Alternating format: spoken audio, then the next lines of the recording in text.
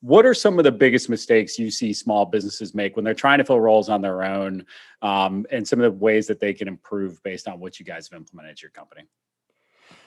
I think the biggest challenge for small to medium-sized businesses is they underestimate how difficult it is and how both time consuming it is and both how costly it is, no matter how you do it. I'm not talking for like the guy at the recruiting firm saying, this is going to cost you a lot to use us. I don't mean that at all. I mean, even if you're going to do everything internally, it's very time intensive, and it's also building out a world-class talent acquisition team internally also has a lot more cost to it than I think most companies realize. So that's something we always notice is that um, whenever you're a small business, no matter what your business is, any size, your employees are your most valuable asset.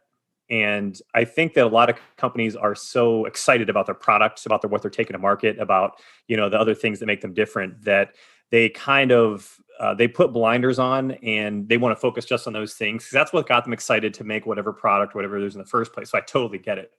But there's a lot of times there's a lack of awareness of just how challenging hiring is, and that like if you're a leader in the company, like that's going to be a big chunk of your day, one way or another, whether you want it to or not.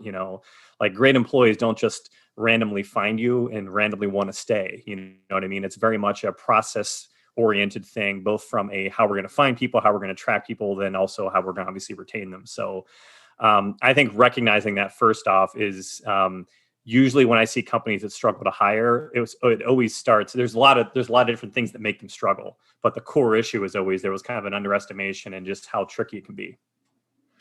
Yeah, it's a really good point. Several good points, but the time-consuming part, and one of the biggest mistakes I see, and it obviously speaks to why your industry is booming and why your company's doing so well, is that too often people think they're just going to post a job or tell their team that, hey, we're looking for somebody, bring in your friends or whatever it might be, and then people are going to find them.